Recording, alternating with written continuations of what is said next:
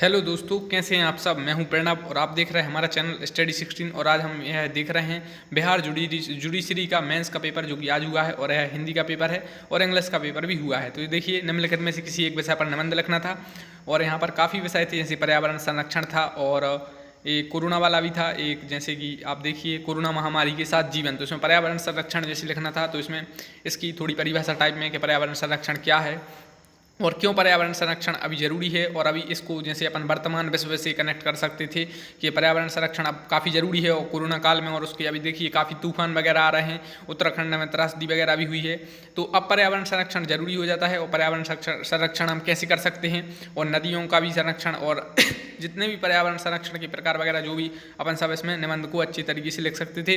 Past को connect करना था, इसमें प्रेजेंट को करना था, थोड़ा फ्यूचर के बारे में बताना था कि पर्यावरण संरक्षण क्यों आवश्यक हो जाता है। और भविष्य में देखिए अभी जो टेम्परेचर भी काफ़ी राइज हो रहा है, तो इससे रिलेटेड कर सकते थे। इसके अलावा दूसरा था कोरोना महामारी के साथ जीवन, तो कोई एक लिखना था। तो पर्यावरण संरक्षण सही है, आप कोरोना महामारी के साथ जीवन भी लिख सकते थे कि आप देखिए, आप जो स्टडी कर रहे हैं आप, तो ये सब ऑनलाइन वगैरह कर रहे हैं, और जो ऑनलाइन चीज़ ज़्यादा मतलब इसमें जो साइंस एंड टेक्नोलॉजी है इसको काफ़ी इसमें बढ़ावा मिला है, हेल्थ केयर वगैरह, तो ये सब आप लिख सकते थे। साफ सफाई पर ध्यान, इसके अलावा तो इसमें सब लिख सकते थे। मास्क के साथ, मास्क काफ़ी अनिवार्य है, तो इस टाइप से कोरोना महामारी के साथ आप जीवन लिख सकते थे। तो कोई एक लिखना था। तो जनरली मैक्सिमम स्टूडेंट ने पर्यावरण संरक्षण पर लिखा है। कितने नंबर का था? 40 मार्क्स का था।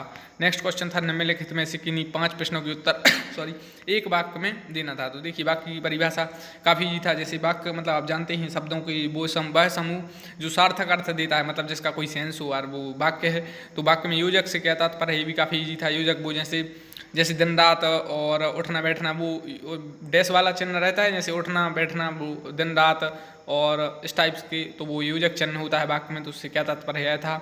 इसके अलावा वाक्य रचना में उद्देश्य किसे कहते हैं, साधारण वाक्य को परिभाषित करना था, जिसमें वो साधारण वाक्य जैसे राम सागर जाता है, या जिसमें एक ही क्रिया हो, जनरली एक हर चीज़ हो, एक ही उद्देश्य हो और एक ही विधेय हो, वो होता है उसे इंग्लिश में तो जानते हैं अपन कि सब्जेक्ट एक हो, प्रेडिकेट और एक वर्ब हो। ठीक है, वाक्य में विधेय क्या है और वाक्य में उद्देश्य क्या है। तो वाक्य में रचना में उद्देश्य, जैसे कि राम सागर जाता है तो शायद राम उद्देश्य है, और सागर जाता है तो यह विधेय है। इसके अलावा हिंदी वाक्य रचना का पदक्रम क्या है, कार्यकरण वाक्य का उदाहरण क्या है। तो 5 लिखने थे, काफ़ी ईजी था। तो ये तो बहुत सारे हैं, लेकिन अपन को सिर्फ 5 करना था। नेक्स्ट है, निम्नलिखित में से किन्हीं 5 वाक्यों को शुद्ध, काफ़ी ईजी था यह भी।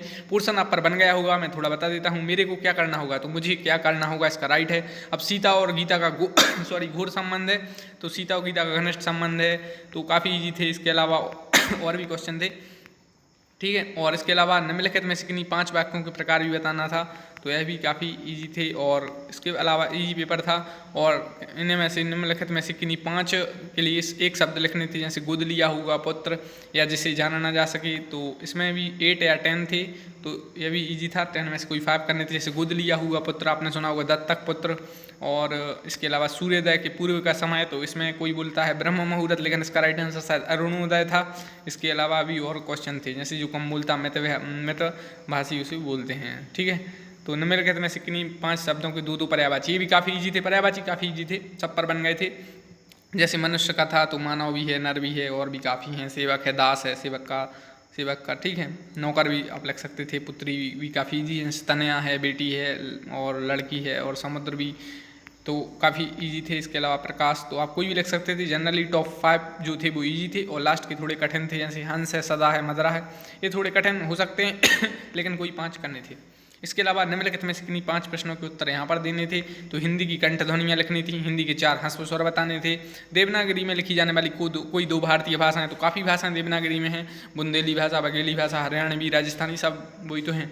इसके अलावा संविधान के किस अनुच्छेद में हिंदी को राजभाषा का दर्जा दिया गया, तो यह कॉन्स्टिट्यूशन से और हिंदी से दोनों से रिलेटेड है। 243 आर्टिकल आपने पढ़ाई है।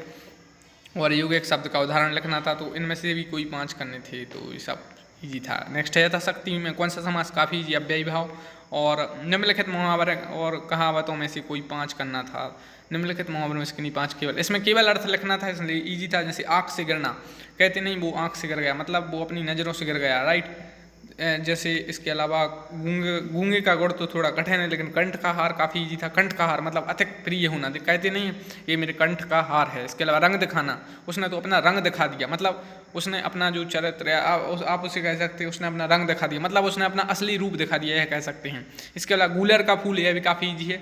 गूलर का फूल आपने सुना, मतलब गूलर का फूल ऐसा कह सकते हैं काफ़ी कम मतलब दिखता है, तो मतलब ऐसा कुछ होगा। इसके अलावा हवन करते हाथ जले कर लीजिए आप, तो हवन करते हाथ जले काफ़ी ज़्यादा, हवन मतलब अच्छा काम कर रहे हैं और अपन को बुरा को छोड़ा है। हवन करते हाथ जले मतलब अच्छा कार्य कर रहा है और अपन के लिए जो हानि हो रही है। अंधेर नगरी चौपट राजा, काफ़ी यह भी काफ़ी अच्छा क्वेश्चन था, आप कर सकते थे। अंधेर नगरी चौपट राजा मतलब जैसी राजा वैसी प्रजा। इसके अलावा अर्थ के अनुसार वाक्यों के प्रकारों का उदाहरण बताना था, और हिंदी में कार्य कितने प्रकार के होते, तो क्वेश्चन नंबर 1 आप कर लीजिए। अर्थ के अनुसार वाक्यों का प्रकार है कि या मैक्सिमम स्टूडेंट ने। इसके अलावा सर्वनाम किसे कहते हैं, इसके प्रकारों को उदाहरण देकर समझाना था, यह भी ईजी था। इसके अलावा जो मैक्सिमम स्टूडेंट ने किया वो किया था समास कितने प्रकार के होते वर्णन कीजिए। समास जनरली 6 प्रकार के होते हैं, होते काफ़ी हैं लेकिन अपन को 6 ही लिखने थे। समास 6 प्रकार के होते हैं, जैसे कि इनका वर्णन भी करना था। हाँ 10 नंबर का था तो काफ़ी इजी, जैसे अव्ययी भाव है, तत्परस है, दिगु है, द्वंद्व है, कर्मधारय है, और इस टाइप के यह समास थे। तो ओवरऑल पेपर सही था, और आप चैनल को वीडियो को लाइक करिए, चैनल को सब्सक्राइब करिए। हाँ और ज्वाइन बटन भी आप लग गया है तो आप ऐड कर लीजिए। और thanks for watching the video, thank you.